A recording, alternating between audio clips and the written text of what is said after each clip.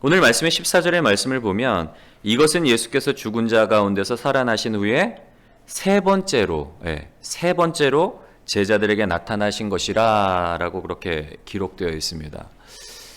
예수님이 부활하신 후에 제일 먼저 누구에게 나타나시는가 하면 마리아에게 나타나요. 그리고 마리아에게 예수님이 부활하셨음을 가서 제자들에게 전하라 말씀하시고, 안식 후 첫날 예수님이 부활하신 그날에 제자들이 모여있는 그 장소에 예수님이 나타나세요. 그게 첫 번째로 제자들에게 나타나신 것이고, 그런데 그 안식 후 첫날에 그 자리에 누가 없었는가 하면 도마가 없었어요. 그러면서 도마가 뭐라고 이야기를 하는가 하면, 내가 예수님의 손에 그 못자국과 옆구리의 창자국을 보지 않고는 예수님의 부활을 나는 믿을 수 없다라고 그렇게 얘기를 해요. 그래서 그런지 예수님께서 그 8일이 지난 후에 다시금 제자들에게 나타나시는데, 그때 그 자리에 누가 있었는가 하면 도마가 있었던 거예요. 내가 본고로 믿느냐 보지 않고 믿는 자가 복되도다, 그렇게 말씀을 하시는데, 오늘 여러분 그때 안식 후 첫날에 제자들이 있었던 장소는 어디였을까요? 예루살렘. 네, 예루살렘이었어요. 예수님이 죽으셨던 그 장소로부터 멀리 가지 못했단 말이에요. 두려움 가운데 숨어 있기는 했어도 예루살렘에 있었는데, 오늘 세 번째로 예수님이 나타난 제자들에게 나타났을 때 제자들은 어디에 있었죠? 디베랴 호숫가에 제자들이 있었던 거예요. 여러분, 예루살렘에서 부활하신 예수님을 목격했던 제자들이 무슨 이유로 다시금 이 갈릴리로 돌아오게 됐을까요? 우리 말씀을 통해 좀 그 이유를 살펴볼 텐데요. 마가복음 14장 27절 28절, 마가복음 16장 7절의 말씀을 한번 같이 읽어볼까요? 시작. 예수께서 제자들에게 이르시되 너희가 다 나를 버리리라. 이는 기록된 바 내가 목자를 치리니 양들이 흩어지리라 하였음이니라. 그러나 내가 살아난 후에 너희보다 먼저 갈릴리로 가리라. 가서 그의 제자들과 베드로에게 이르기를 예수께서 너희보다 먼저 갈릴리로 가시나니 전에 너희에게 말씀하신 대로 너희가 거기서 배우리라 하라 하는지라. 아멘. 첫 번째 말씀은 예수님께서 돌아가시기 전에 제자들에게 한 말씀이고, 두 번째 말씀은 마리아를 통해서 제자들에게 전하신 말씀이에요. 뭐라 그러죠? 예수님이 죽으시고 부활하실 텐데 어디로 가신다고요? 제자들보다 먼저 갈릴리로 가실 거니까 너희들은 어디 가서 예수님을 만나라고요? 갈릴리로 가서 예수님을 만나라는 거예요. 제자들이 갈릴리로 갔던, 예루살렘에서 이제 제자들이 부활하신 예수님을 만났는데, 예수님이 또 갈릴리로 가라 하시니까 또 갈릴리로 가서 예수님을 기다려요. 근데 문제는 뭔가 하면, 예수님을 기다리는데 하루가 가고 이틀이 가고 3일이 지나가도 예수님이 나타나시지를 않는 거예요. 그러니까 예수님을 기다리던 제자들이, 특별히 베드로가 뭐라고 이야기를 하는가 하면, 야, 놀면 뭐하니?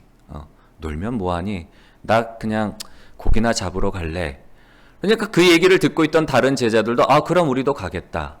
그리고는 베드로를 따라 나가서 배를 띄우고 그물을 던지는데 어때요, 여러분? 고기를 한 마리도 잡을 수가 없는 거예요. 근데 참 재밌는 건 뭔가 하면, 여러분 왜 예수님께서 제자들로 하여금 갈릴리로 가라 하셨을까요? 오늘 이 말씀의 상황을 보면 우리가 알 수 있는데, 누가복음 5장 1절부터 14절의 말씀을 보면 갈릴리는 어떤 장소인가 하면 예수님과 제자들이 처음 만났던 장소가 바로 이 갈릴리 호숫가였어요. 누가복음 5장 1절부터 14절의 말씀을 보면 예수님께서 이제 호숫가에 계시는데, 많은 사람들이 예수님의 말씀도 듣고 병 고침을 받으려고 아픈 사람들, 가족들을 데리고 다 많은 사람들이 몰려드는 거예요. 그러다 보니까 예수님이 사람들에게 밀려서 전할 수가 없는 거예요, 말씀을. 근데 때마침 호숫가에 배 두 척이 있었는데 그 중에 한 척이 바로 베드로의 배였던 거예요. 그래서 베드로에게 말씀을 전하려고 하니까 좀 배를 띄워달라고 요청을 하셔서 배 위에서 사람들에게 말씀을 전하세요. 그리고 말씀을 다 전하고 가르치시기를 마치고 난 후에 베드로에게 뭐라고 이야기를 하는가 하면, 깊은 데로 가서 그물을 던지라 라고 말씀을 했어요. 왜냐하면 베드로와 그 야고보와 요한이 밤이 새도록 수고를 했지만 얻을 것이 고기 한 마리도 못 잡았던 거예요. 그래서 밤새도록 고기잡이를 하다가 허탕을 치고 와서 이제 그 호숫가에서 배를 대고 그물을 손질하고 있을 때 예수님을 만났던 건데, 예수님이 배를 띄워달라고 요청을 하시자 배를 띄우고 그 곁에서 베드로가 예수님의 말씀을 듣고 있었던 거죠. 근데 들으면서 은혜가 됐을까요? 아니면 아주 됐을까요? 네. 들으면서 놀라운 거예요. 야, 진짜 은혜가 된다. 와, 너무 어떻게 이런 말씀을 전하실 수가 있지? 막 그러고 있는데 말씀을 다 마치고 나서 예수님이 뭐라고 말씀하셨어요? 깊은 데로 가서 그물을 던지라. 근데 사실 베드로는 그 어부로서는 박사격이잖아요. 평생을 물고기 잡던 사람인데 물고기 잡이에 대해서 아무것도 모르는 예수님이 이게 맞지 않는 거거든요. 깊은 데로 가면 고기가 있을 수가 없는데 더군다나 낮인데 자기들이 잡을 수 알았다면 갔겠죠. 근데 그곳에는 고기가 없으니까 이건 말도 안 되는데 어때요, 베드로가? 내가 말씀에 의지해서 그물을 내리리이다. 왜냐하면 베드로가 알았거든요. 아, 이분은 보통 분이 아니구나. 말씀에 의지해서 내가 그물을 내리겠습니다. 그리고 어떤 결과가 일어나죠? 그물을 내렸더니 그물이 거의 찢어질 정도로 자기 혼자 이거를 다 끌어올릴 수가 없어서 동료들을 불러서 두 배의 고기가 가득 찰 정도로 고기를 잡게 되는 거예요. 그러면서 베드로가 뭘 느껴요? 아, 이분이 정말 보통 분이 아니구나. 그러면서 베드로의 고백이 뭔가 하면 주여 나를 떠나소서 나는 죄인이로소이다. 그러면서 그 베드로의 그 고백을 듣고 있던 예수님이 뭐라고 말씀하시는가 하면 나를 따라오너라. 내가 이제는 너희를 물고기 잡는 어부가 아니라 사람을 낚는 어부로 너희를 그렇게 세우리라 말씀을 하세요. 여러분, 제자들이 처음 예수님을 만난 장소가 어디예요? 바로 이 갈릴리 호숫가에서요. 그날 상황이 어쩜 세상에 오늘 이 말씀과 똑같잖아요. 예수님이 갈릴리로 가서 예수님을 기다리라고 말씀을 하셨는데 기다림에 지친 제자들이 다시금 생업의 현장으로 들어간 거야. 야, 놀면 뭐하냐? 고기나 잡으러 가자. 근데 그 밤에도 허탕을 치고 있었어요. 그때 예수님이 멀리서 뭐라고 말씀을 하시는가 하면 너희들에게 고기가 있느냐? 아니, 없습니다. 배 우편에 그물을 내리라. 그 말씀에 순종해서 그물을 내렸더니만 고기가 또 그물이 찢어질 정도로 잡히고 그걸 통해서 뭘 깨달아요? 제자들이 아, 주님이시구나. 그러면서 다시금 주님과 예수님과의 여러분 극적인 만남이 이루어지는데 여러분 이 상황을 우리가 어떻게 이해해야 될까? 왜 예수님이 갈릴리로 부활하신 예수님이 갈릴리로 제자들을 보내셨을까? 그곳에서 제자들을 만나 주셨을까? 여러분 3년 전에 제자들을 사람을 낚는 어부로 부르셨던 예수님께서 이제 제자들이 예수님과 함께 생활하면서 그들에게 말씀을 가르치고 삶으로 본을 보여주시는 거예요. 무엇을 위해? 사람을 낚는 어부가 어떤 사람인지 말씀을 통해서 삶을 통해서 직접 본을 보여주셨단 말이에요. 공생의 3년 동안 예수님께서는 제자들과 함께하면서 사람을 낚는 어부로 제자들을 준비시켰던 거예요. 그리고 십자가상에서 하나님의 그 구원의 역사를 따라서 십자가상에서 죽으시고 부활하신 후에 다시금 제자들을 처음 만났던 그 장소에서 똑같은 상황 가운데 제자들에게 나타나신 이유는 뭔가 하면 이제 본격적인 제자들의 사역, 지금까지는 3년 동안 사람을 낚는 어부로서 잘 가르침을 받았는데 이제 이후에 오순절 마가의 다락방에서 성령을 받은 이후에는 어떤 일이 펼쳐지는가 하면 제자들이 본격적으로 사람을 낚는 어부로서의 그 일들이 시작이 되는 거예요. 사도행전의 역사가 시작이 되는 거예요. 지금 이 상황을 어떻게 우리가 좀 비유를 할 수가 있는가 하면 이제 배우들이 연극을 준비를 하잖아요. 연극 한 편을 공연을 올리기 위해서 여러분 배우들이 얼마나 많이 노력을 해요. 대본을 읽고 외우고 또한 모여서 같이 리허설을 하고 오랜 시간의 기간을 동안 그렇게 서로 준비를 하다가 공연 날짜가 다가오자 이제 무대 뒤에서 공연 당일날 무대 뒤에서 조마조마한 심정으로 무대에 오르기를 기다리는 것과 같은 상황이 바로 이 오늘 말씀의 상황인 거예요. 오순절 마가의 다락방에서 성령을 체험하고 나면 이제 진짜 본격적으로 제자들이 사람을 낚는 어부로서의 그 사역이 시작되기 전에 그 상황인데 근데 문제는 뭔가 하면 여러분 무대 아래에 있던 배우들이 준비가 안 된 거예요. 쉽게 말하면, 비유로 표현을 하면. 여러분, 제자들이 분명히 부활하신 예수님을 만났어요. 그럼에도 불구하고 제자들의 상황은 어떤 상황인가 하면, 예수님이 잡히시던 그 밤에 호기롭게 말씀을 드렸지만, 나는 다른 사람은 다 예수님을 떠나도 나는 결코 예수님을 떠나지 않겠습니다. 호기롭게 얘기를 했지만 실제는 어때요? 예수님이 잡히시자 그냥 주랭랑을 쳐요. 나 혼자 살겠다고. 여러분, 제자들이 부활하신 예수님을 만났을 때 그 마음이 어떻겠어요? 얼마나 부끄럽겠어요? 예수님은 십자가에 죽게 그렇게 내버려 두고 자기 혼자 살겠다고 도망쳤기 때문에 제자로서의 어떤 그 죄책감, 그리고 그것뿐만 아니라 3년 동안 정말 예수님이 나를 사람을 낚는 어부가 되게 하시겠다고 그렇게 말씀하시면서 3년 동안을 예수님을 열심히 따라다녔는데, 예수님이 십자가에 달리고 나서는 이제 더 이상 삶의 목표가 사라져버린 거예요. 내가 3년 동안 예수님을 열심히 따라다녔는데 막상 예수님이 십자가에 달리시고 죽으시고 나니까 내가 이제 뭐 하며 살아야 되지? 그런 어떤 의문이 드는 거예요. 삶의 목표와 삶의 방향을 잃어버리고 굉장히 지금 혼란스러운 상황이란 말이에요. 비록 예수님을 만나기는 만났는데 여전히 혼란스러워요. 그런 상황 가운데 예수님께서 제자들에게 찾아오신 거예요. 여러분, 어쩌면 오늘 우리의 상황도 마찬가지입니다. 우리가 처음 예수님을 만났을 때 첫사랑의 그 감격, 처음 주님을 만났을 때 여러분 어떠셨어요? 은혜 충만하시고 내가 주님을 위해서 정말 내 일생을 다 바치겠습니다. 그렇게 헌신을 했단 말이에요. 근데 어느 순간 시간이 점점 지나면서 어때요? 그냥 삶에 먹고 사는 문제에 빠지다 보니까 하루하루의 삶을 살아가다 보니까 부르심도 잊어버리고 첫사랑의 감격도 잃어버리고 내가 무엇을 위해 살아가는지, 내 삶의 목표와 삶의 방향을 잃어버린 채 그렇게 살아가고 있지는 않은지, 어쩌면 그게 우리의 삶의 모습인데, 여러분, 만약 그러한 상황에 있는 분이라면 오늘 말씀을 통해 위로와 소망을 얻기를 주님의 이름으로 간절히 소원합니다. 오늘 이 말씀이 우리에게 소망이 되는 이유는 뭔가 하면, 여러분, 어쩌면 제자들도 실패한 인생이라고 생각했을 거예요. 내가 3년 동안 예수님을 열심히 따라다녔는데 예수님이 죽으셨고 이제 부활하셔서 나타나긴 하셨는데 여전히 앞으로 어떤 일들이 진행될지 알지 못한단 말이에요. 혼란스러운 상황이란 말이에요. 근데 중요한 사실은 뭐예요?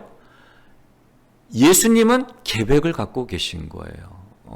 나는 내 인생이 실패자라 생각하고 내가 앞으로의 인생이 어디로 갈지를 알지 못한다고 막 혼란스러운 상황 가운데 있지만, 예수님은 그 계획을 따라 처음 만났던 장소, 제자들을 처음 만나시고 그곳에서 사람을 낚는 어부로 내가 너희를 삼겠다, 나를 따르라 말씀하셨던 그 장소에 다시 나타나셔서 똑같은 상황 가운데 이제 제자들이 본격적으로 어떤 무대 위에서 그들의 사역을 펼치기 전에 마지막 단계로 제자들을 준비시키는 모습을 볼 수가 있단 말이에요.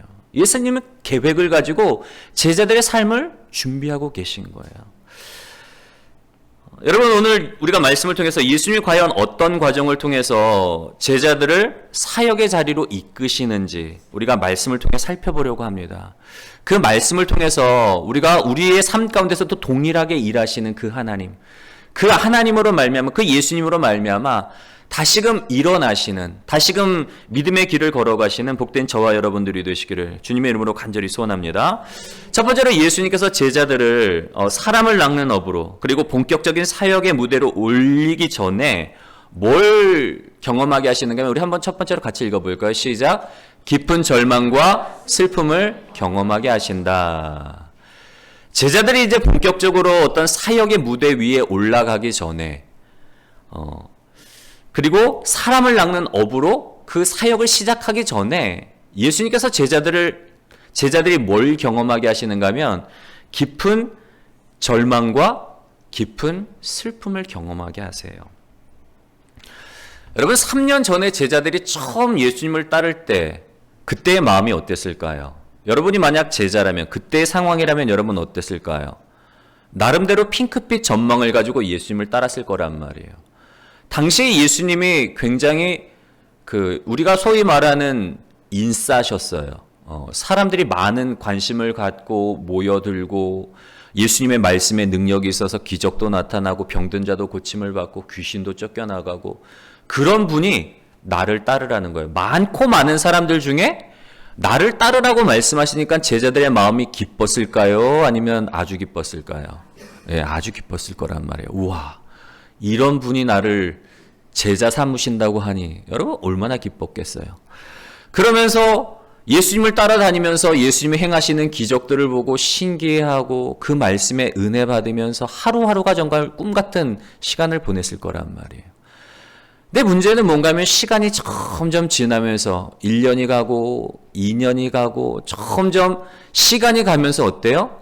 예수님의 이름은 더 많은 사람들에게 알려져요. 예수님의 명성을 얻고 심지어는 예수님의 소문이 이스라엘뿐만 아니라 저 멀리 디아스포라, 멀리 나가 있는 외국에 있는 유대인들에게도 예수님의 소문이 전파되는 거예요. 그러다 보니까 더 예수님의 명성은 더 많은 사람들에게 알려지고 많은 사람들이 이제 예수님을 따르게 되자 처음에 그 순수했던 제자들의 마음 가운데 어떤 생각이 드는가 하면 이제는 사람을 낚는 어부가 아니라 제자들의 마음과 어떤 생각이 드는가 하면 사람들 위해서 사람들에게 영향력을 행사하는, 쉽게 말하면 권력에 욕심이 생기는 거예요. 처음 예수님을 따를 때만 해도 막 순전한 마음으로, 설레는 마음으로, 기쁜 마음으로 예수님을 따랐는데 시간이 지나면서 예수님의 명성이 더 높아지고 많은 사람들이 막 이제 가는 곳마다 벌떼처럼 몰려드니까 제자들의 어깨에 힘이 들어가기 시작하는 거죠. 사람을 낚는 어부가 아닌 거예요. 제자들의 관심은 뭐예요? 높은 자리 차지하는 거 있었어요. 그 정점이 어딘가 하면 예수님께서 이제 십자가를 지러 예루살렘에 입성하시기 전에 그 노상에서 제자들 가운데 다툼이 일어나요. 제자 중에 어떤 제자의 어머니가 와서 예수님한테 청탁하죠. 예수님의 나라를 이루실 때 하나는 예수님 좌편에, 하나는 우편에 우리 아들들을 좌청룡 우백호로 좀 세워주세요. 그 이야기를 듣고 있던 다른 제자들이 막 땅을 치면서 화를 내는 거죠. 분개하는 거죠. 이런 선수 뺏겼다. 이 나쁜 놈. 엄마 데려와서 청탁을 해? 막 그러면서 막 화를 내면서 제자들 사이에 싸움이 일어나는 거예요. 언제요? 예수님은 정작 십자가를 지려고 예루살렘에 들어가실 때 마지막 그 우리의 구원을 이루기 위해서 들어가시는데 죽으러 가시는데 제자들은 자리 싸움하는 거예요. 거기가 절정의 자리인 거예요. 여러분, 근데 예수님께서 십자가에 달리시자 제자들의 삶이 어떻게 될까요? 이전에 꿈꿨던 예수님이 이제 개혁을 해서 이스라엘 나라를 뒤집고 하나님의 나라를 세우면 예수님 곁에서 높은 자리 한 자리 차지할 거라고 생각을 했었는데 정작 예수님이 허무하게 이 종교 지도자들과 제사장들의 손에 잡혀서 십자가에 달려 돌아가시니까 제자들이 꿈꿨던 모든 꿈들이 산산조각이 나는 거예요. 뭐지? 이제 어떻게 살아야 되지?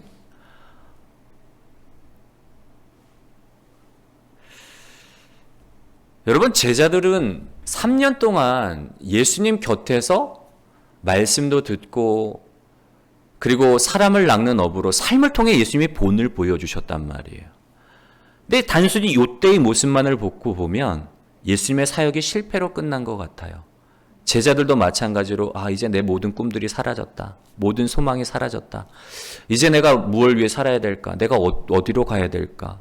그런 절망적인 상황 가운데 있는데 여러분, 성경을 자세히 보면 하나님이 쓰시는 사람들의 공통점은 뭔가 하면 다 절망과 어떤 인생의 밑바닥을 경험하게 하세요. 모세를 보세요. 하나님이 모세를 애굽 왕궁에서 막 그 좋은 교육과 막 권력이 있을 그때에 모세를 부르시지 않으세요. 오히려 모세가 쫓겨나서 광야에서 40년 동안을 정말 낙심하고 절망하고 인생의 완전히 밑바닥까지 내려갔을 때에 스스로를 가리켜서도 스스로를 생각해도 나는 정말 아무것도 아니다. 내가 뭘 할 수 있겠습니까, 주님? 그런 상황일 때 비로소 모세를 부르셨단 말이에요. 여러분, 모세뿐만 아니잖아요. 다윗도 사무엘을 통해서 왕으로 사울의 뒤를 이어 왕으로 세우겠다고 기름을 부어주셨지만 바로 왕으로 세워주시지 않잖아요. 사울의 칼날을 피해 막 도망다니다 심지어는 목숨을 부지하기 위해서 블레셋 왕 앞에서 미친 척을 해요. 침 질질 흘리고 정신 나간 사람처럼. 여러분, 한 개인으로서 얼마나 비참하겠어요. 내가 이렇게까지 살아야 되나? 내가 과연 이렇게까지 살아야 되나? 그런 어떤 회의가 들 정도로 밑바닥까지 철저히 내려가게 하신단 말이에요. 여러분, 그렇다면 하나님께서는 왜 우리로 하여금 인간적인 어떤 절망과 인간적인 깊은 슬픔과 이 밑바닥까지 내려가게 하시는 걸까요?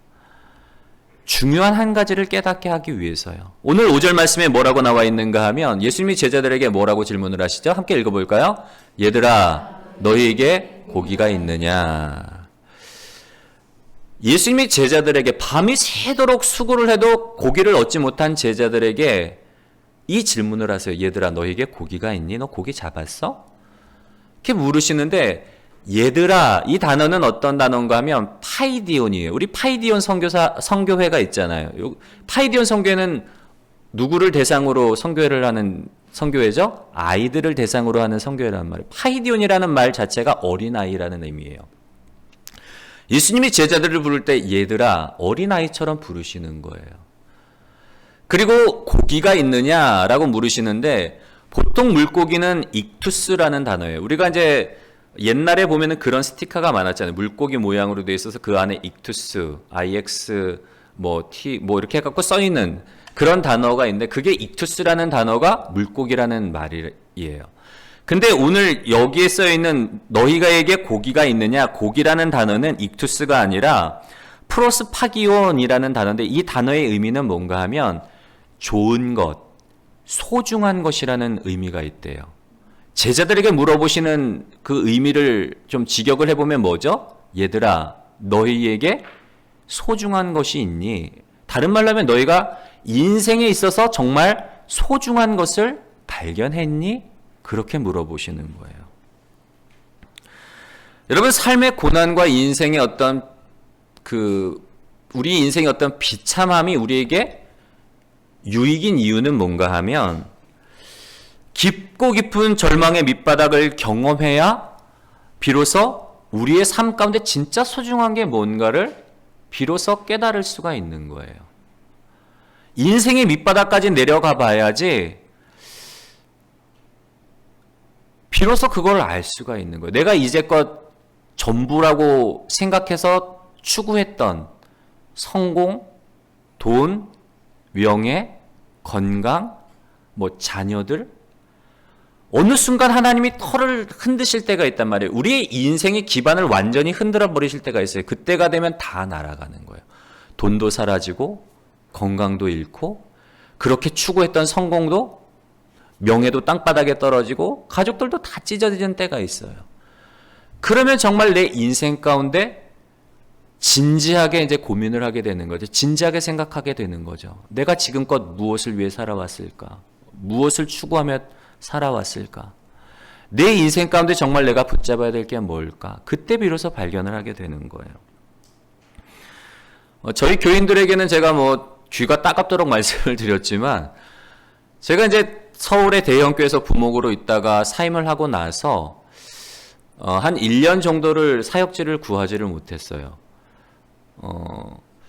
이제 그 전까지만 해도 교회에서 다 제공을 해주잖아요. 사택도, 월급도, 그리고 생활에 필요한 모든 것들을 교회에서 공급을 받다가, 막상 사임을 하고 나니까 이게 이제 오갈 데가 없는 거예요. 사택은 5월까지 살다가 왜냐면 저는 이제 그 전해에 12월에 사임을 하고 바로 이제 사역지를 구할 수 있을 거라고 생각해서 5월까지만 사택에 있고 이제 나가겠다라고 얘기를 했는데, 5월이 다 지나가도록 사역지가 열리지 않는 거예요. 이제 사택을 비워주고 집을 구해야 되는데, 그때 제 나이가 40 중반 됐는데 통장에는 잔고가 없어요. 오히려 마이너스 통장만 2개 갖고 있고, 어디 갈 데는 없고, 애는 3이나 낳았죠.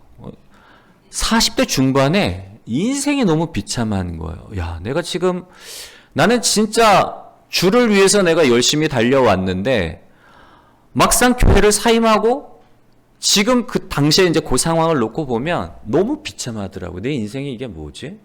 나는 정말 주를 위해서 열심히 산다고 헌신하고 달려왔는데 막상 지금 어디 갈 데가 없고 가장으로서 너무 비참하더라고요. 왜냐하면 다른 그 청년 때 같이 신앙생활했던 다른 뭐 청년들을 보면은 뭐 어떤 기업의 회장이 돼서 대전에서 서울로 한 달에 한 번씩 기업인 모임, 조차인 모임에 와서 참석하고 또 누구는 뭐 중고자동차 영업소 몇 개를 자기 명의로 오픈을 했고 누구는 대기업 뭐 이렇게 다녀가지고 다 잘 살고 있는데 나만 이게 뭐야? 너무 비참하더라고요. 그래서 어쩔 수 없이 이제 살기 위해서 쿠팡에 이제 배송기사로 들어가서 한 1년 반 정도를 일을 했는데요. 저한테는 사실 그때가 이제 광야의 시기인 거예요. 배송을 하면 좋은 분들도 되게 많아요. 이제 수고한다고 집 앞에다가 드링크제랑 초코바나 뭐 이런 거 놓으면서 아, 기사님 수고하신다고 이거 하나씩 드시라고 그렇게 집 앞에다 놓는 분들도 있지만 어떤 분들은 되게 좀 경멸의 눈으로 쳐다봐요. 특별히 이제 엘리베이터에서. 우리는 엘리베이터 배송하려면 막 내리고 하니까 막 짜증내고 마치 이제 배송 기사들을 인생의 실패자처럼 그렇게 바라보는 눈도 있고.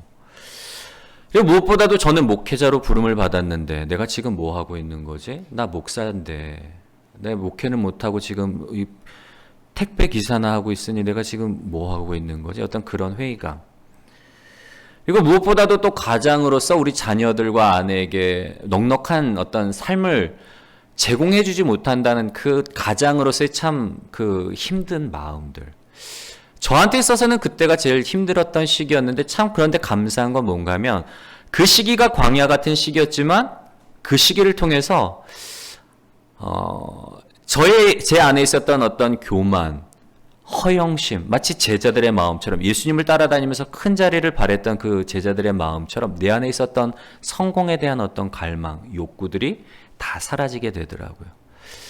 그리고 무엇보다도 일을 해보니까 이게 쉽지 않은 거예요. 설교로는 무엇을 먹을까 마실까 입을까 여러분 염려하지 마시고 먼저 주의 나라와 의를 구하시기 바랍니다. 옛날에도 너무 쉽게 설교를 했는데 제가 일을 해보니까 이게 쉽지 않더라고요.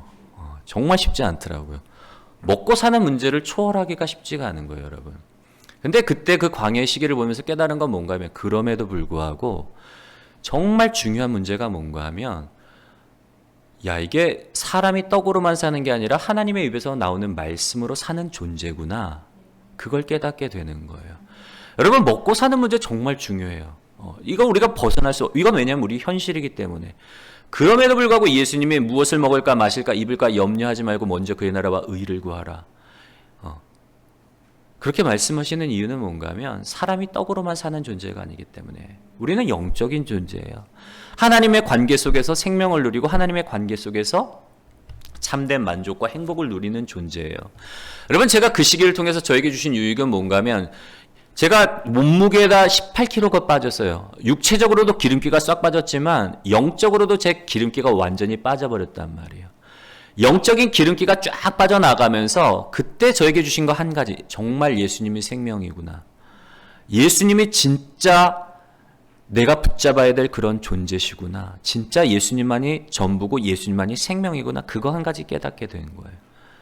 그러면서 하나님께서 길을 여시고 다시금 개척교회 하시고 오늘 이곳까지 인도를 하셨는데 여러분, 우리가 이거 한 가지 예수님이 붙잡기를 원하시는 거예요. 얘들아, 너희에게 고기가 있니? 너희가 지금 열심히 살고 있고 누구보다도 정말 치열하게 삶의 현장 속에서 살아가고 있는데 그런데 정말 너희의 삶 속에서 너희가 정말 붙잡아야 될 그것, 진짜 생명 되신 예수 그리스도를 붙잡고 있니?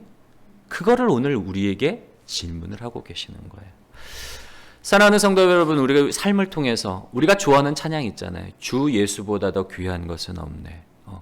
그 찬양의 제목처럼 그 찬양의 가사처럼 오직 예수님만이 나의 전부요, 예수님만이 나의 소망이다라고 고백할 수 있는 복된 저와 여러분들이 되시기를 주님의 이름으로 간절히 소원합니다. 두 번째로 예수님께서 어떻게 제자들을 무대 위로 세우시는지, 사람을 낚는 어부로 만드시는가 하면 우리 한번 읽어볼까요? 힘을 공급해 주십니다. 예. 삶의 목표와 방향을 잃어버린 제자들이 본격적인 어떤 사역의 무대 위로 설 수 있도록, 사람을 낚는 업으로 설 수 있도록 예수님께서 힘을 공급해 주세요. 제자들의 사역은 언제부터 본격적으로 시작이 되는가 하면 오순절 마가의 달방에서 성령이 임함으로 말미암아 성령 받고서 비로소 사역이 시작이 되는데, 무대 위에서 이제 그들의 역할이 주인공으로서 살아가게 되는데, 그 중간에 시간적인 간격이 있잖아요. 그 간격 가운데 예수님께서 지치지 아니하도록, 낙심하지 않도록 제자들을 격려하고 다시금 세워주시는 게 바로 오늘의 말씀이에요. 여러분, 예수님께서 오셔서 제자들에게 너희에게 고기가 있느냐, 삶을 점검하게 하시고 인생의 질문을 하신 후에 성경에 보면 뭐라고 나와 있죠? 숯불을 피워놓고 물고기를 구워놓고 계시고 떡을 준비하고 계세요. 여러분, 성경에 보면 갈멜산에서 엘리야가 바알 선지자 450과 아세라 선지자 400명, 850대 1의 영적인 대결을 펼쳐요. 누구의 하나님이 진짜 하나님이냐? 불로써 응답하시는 하나님이 진짜 하나님이다. 그리고 영적 대결을 펼친단 말이에요. 이스라엘 백성들에게 똑똑히 보라 그래요. 불로써 응답하는 하나님이 누군지를 보라고 그래요. 여러분, 누구의 기도 가운데 불이 임하죠? 엘리야의 기도 가운데 불이 임해요. 그리고 하나님이 스스로 보여주세요. 내가 진짜 만군의 여호와 하나님, 이스라엘의 참 하나님이다. 바알과 아세라가 아니라 내가 진짜 하나님이라는 사실을 이스라엘 백성들에게 보여주신단 말이에요. 영적 대결에서 승리한 후에 엘리야가 사람들에게 명해서 바알 선지자들과 아세라 선지자들을 다 죽이라고 말을 해요. 그 사건 이후에 엘리야는 이제 이스라엘 백성들이 하나님께로 돌아오겠구나, 나름대로 그렇게 생각을 했어요. 근데 현실은 어때요? 바뀐 게 없는 거예요. 그렇게 놀라운 기적을 보고도 이스라엘 백성들이 돌아오지 않아요. 돌아오질 않을 뿐만 아니라 오히려 아합 왕의 아내인 이세벨이 막 화가 나서 내가 아끼는, 내가 총애하는 바알 선지자들과 아세라 선지자들을 죽여? 감히? 내가 엘리야의 생명을 남겨두면 내가 뭐 성을 갈지 뭐 그런 거예요. 막 바득바득 도끼를 품고 엘리야를 반드시 죽이겠다고 이제 사람을 풀어서 엘리야의 생명을 찾는 거예요. 그 상황이 되니까 엘리야가 어떻게 되는가 하면 낙심해요, 여러분. 오늘 열왕기상 19장 3절 4절의 말씀을 한번 읽어볼까요? 시작. 그가 이 형편을 보고 일어나 자기의 생명을 위해 도망하여 유다에 속한 브엘세바에 이르러 자기의 사환을 그곳에 머물게 하고 자기 자신은 광야로 들어가 하룻길쯤 가서 한 로뎀 나무 아래에 앉아서 자기가 죽기를 원하여 이르되 여호와여 넉넉하오니 지금 내 생명을 거두시옵소서. 나는 내 조상들보다 낫지 못하나이다 하고, 거기까지. 네. 아무것도 바뀐 게 없고 오히려 이세벨이 자기의 생명을 찾다 보니까 낙심한 거예요. 내가 이렇게 살아서 뭐하나, 차라리 죽는 게 낫겠다. 이세벨은 이제 내 생명을 찾는데 막 도망다니는 것도 지쳤고 하나님한테도 너무 서운한 거예요. 뭔가 바꿀 줄 알았는데 아무런 일도 일어나지 않고 지쳐서 차라리 주님 내 생명 걷어가 달라고, 주님 내 생명 걷어가 달라고 로뎀 나무 아래에 앉아가지고 그렇게 탄식하면서 하나님께 낙심하고 있을 때에 다음 구절 말씀을 보겠습니다. 같이 읽을게요. 시작. 로뎀 나무 아래 누워 자더니 천사가 그를 어루만지며 그에게 이르되 일어나서 먹으라 하는지라. 본즉 머리맡에 숯불에 구운 떡과 한 병 물이 있더라. 이에 먹고 마시고 다시 누웠더니 여호와의 천사가 또다시 와서 어루만지며 이르되 일어나 먹으라. 내가 갈 길을 다 가지 못할까 하노라 하는지라. 이에 일어나 먹고 마시고 그 음식물의 힘을 의지하여 40주 40야를 가서 하나님의 산 호렙에 이르니라. 아멘. 여러분, 낙심하고 있는 엘리야에게 하나님이 사자를 보내서 위로하시는데 그냥 위로하시지 않잖아요. 떡과 물 한 병을 주셔서 그 음식을 먹고 힘을 내게 하시는 거예요. 힘을 내게 하시는 이유가 뭐예요? 하나님의 산 호렙에 이르도록, 하나님 앞에 나아가도록, 그 노정 중에, 믿음의 여정 중에 지쳐 쓰러지지 않도록 다시금 하나님 앞에 서도록 엘리야에게 힘을 주신단 말이에요. 여러분, 제자들도 마찬가지예요. 제자들도 본격적인 이제 사역이 시작되기 전에, 성령 받기 전에 그 기간 동안 제자들이 낙심하지 않도록, 절망하지 않도록 예수님께서 제자들에게 힘을 주시는 게 오늘 말씀에 기록되어 있단 말이에요. 굉장히 좀 부끄러운 얘기지만 사실은 제가 지난 한 달 동안 좀 영적인 슬럼프에 빠져 있었습니다. 저희가 이제 4월 달에 성전을 이전을 했는데 성전 이후에 굉장히 바빴어요. 성전만 딱 이전하면 끝날 줄 알았는데 할 일이 너무 많더라고요. 많은 일들을 막 이렇게 하다 보니까 제가 이제 육체적으로, 영적으로 이제 완전히 소진이 된 상태였어요. 더욱이 이제 우리가 이제 성전을 리모델링 할 때 제가 아는 권사님께 이 리모델링을 부탁을 드렸는데 그분이 이제 우리가 이제 리모델링 끝나고 이제 예배 끝나고 얼마 지나지 않아서 소천을 하신 거예요. 근데 제가 이제 저도 몰랐는데 제가 그 권사님을 굉장히 많이 의지를 했었더라고요. 돌아가시고 나니까 너무 힘든 거예요, 감정적으로.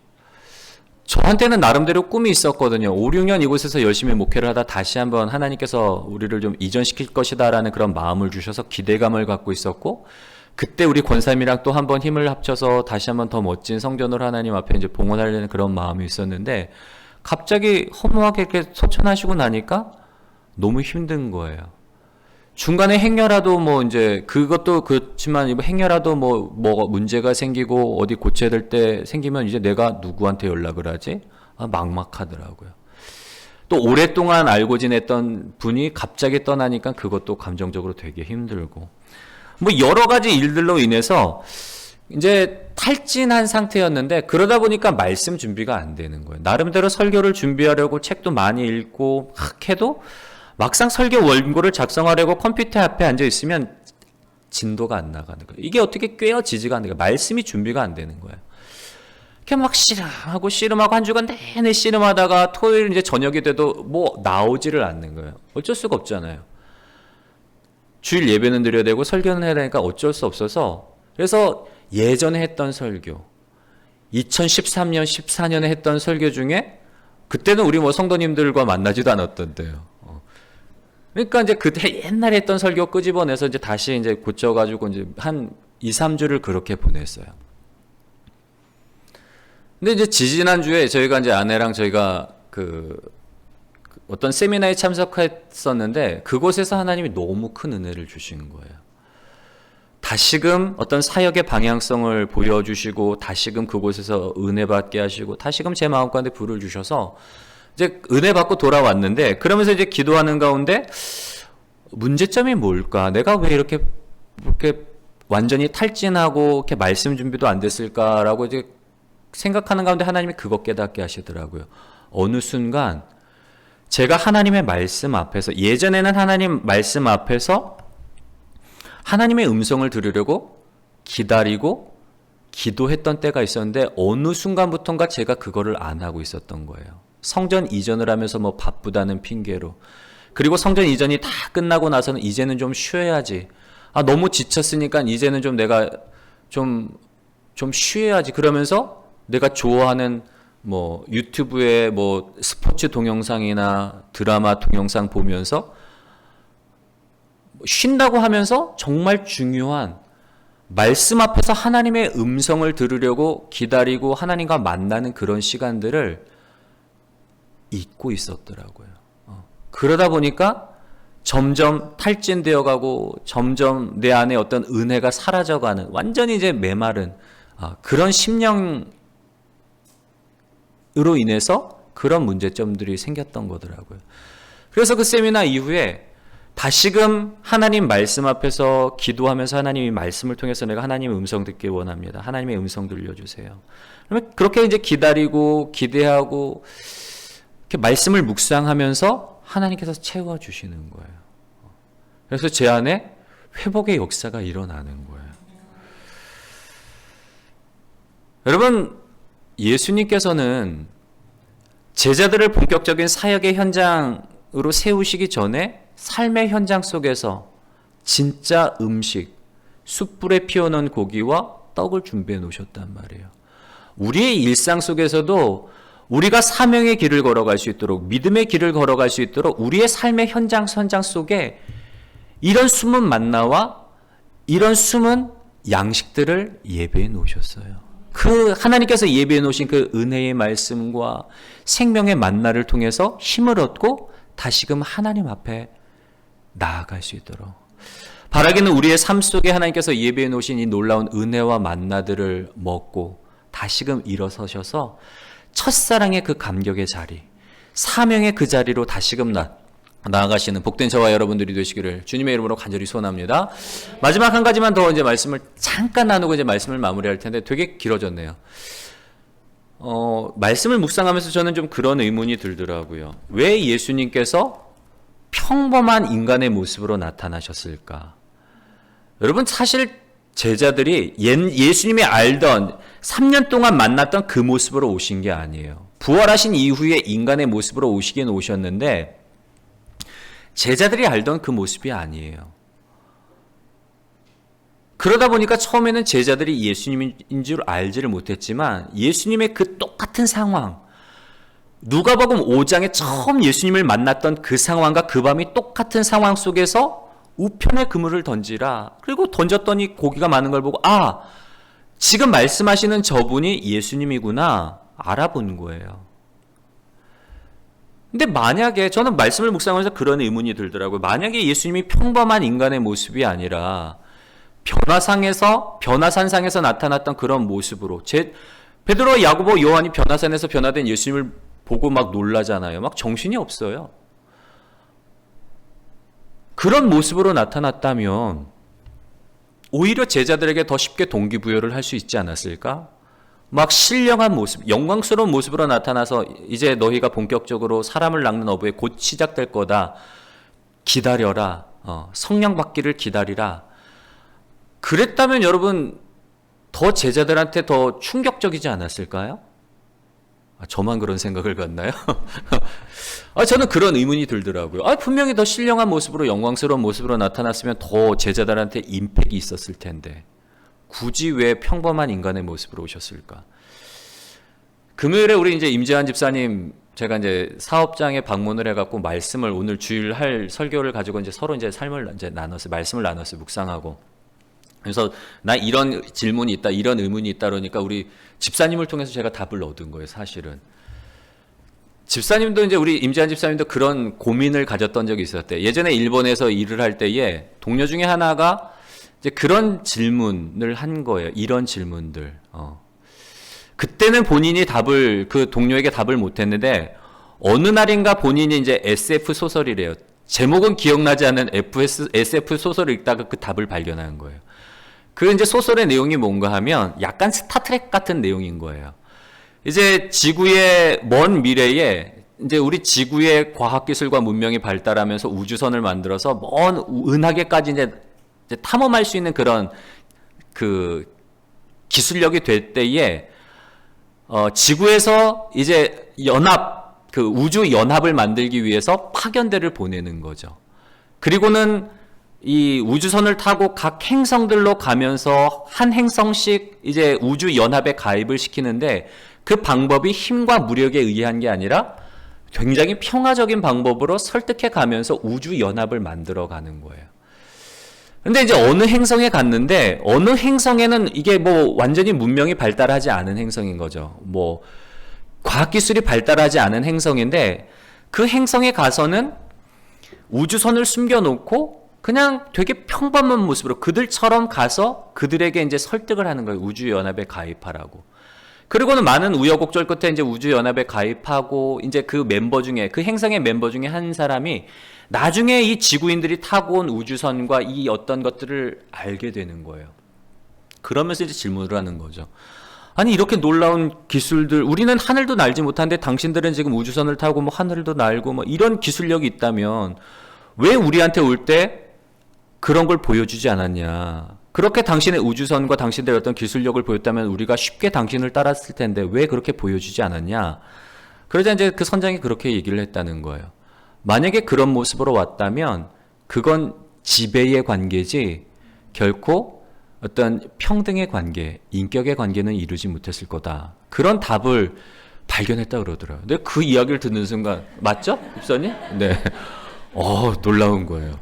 아, 그거구나. 예수님 얼마든지 여러분 온 우주의 창조자시잖아요. 예수님이 신령한 모습으로 능력으로 우리 가운데 다가오셔서 너 내 말에 복종해. 내 아래 들어와. 얼마든지 명령하실 수 있어요. 근데 예수님이 그러지 않으세요. 부활하신 이후에도 우리와 똑같은 모습으로 우리에게 다가오셔서 무엇 때문에요? 사랑의 관계 맺기 위해서. 마지막으로 한 구절만 말씀 찾고 이제 마무리하겠습니다. 요한복음 15장 13절과 14절의 말씀인데요. 우리 14절과 15절의 말씀 같이 읽겠습니다. 시작. 너희는 내가 명하는 대로 행하면 곧 나의 친구라. 이제부터는 너희를 종이라 하지 아니하리니 종은 주인이 하는 것을 알지 못함이라. 너희를 친구라 하였노니 내가 내 아버지께 들은 것을 다 너희에게 알게 하였음이라. 아멘. 여러분, 하나님이 우리를 친구로 부르시는 거예요. 예수님이 우리를 친구로 부르시는 거예요. 그래서 우리와 똑같은 모습을 입고 우리에게 다가오셔서 우리를 위로하시고 우리가 다시금 사명의 길로 걸어갈 수 있도록 방향을 잃고 방황하는 우리를 다시금 인생에 정말 붙잡아야 될 것이 무엇인지 십자가 붙잡게 하시고 다시금 믿음의 길을 걸어갈 수 있도록 우리의 삶 가운데 놀라운 은혜를 예비하시고 계시는 그 예수님으로 인해서 다시금 일어서서 주님을 따르시는 복된 저와 여러분들이 되시기를 주님의 이름으로 간절히 소원합니다.